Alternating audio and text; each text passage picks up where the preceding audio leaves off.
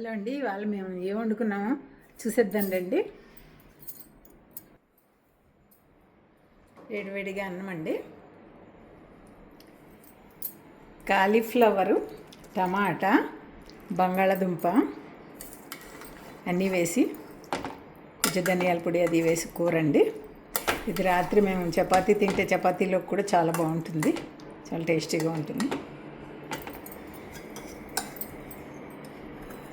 దోసకాయ, ఒక 2 టమాటాలు, దోసకాయ కూడా వేసి పప్పు అండి.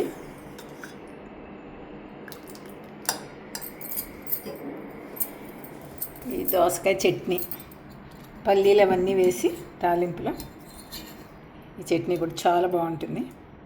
ఇడ్లీలోకి, దోశల్లోకి, అన్నింటిలోకి కూడా చాలా బాగుంటుందండి.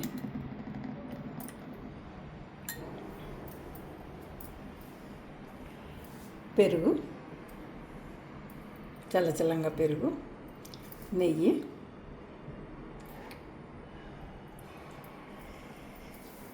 మా వంటలు మీకు నచ్చితే షేర్ చేయండి, సబ్స్క్రైబ్ చేసుకోండి.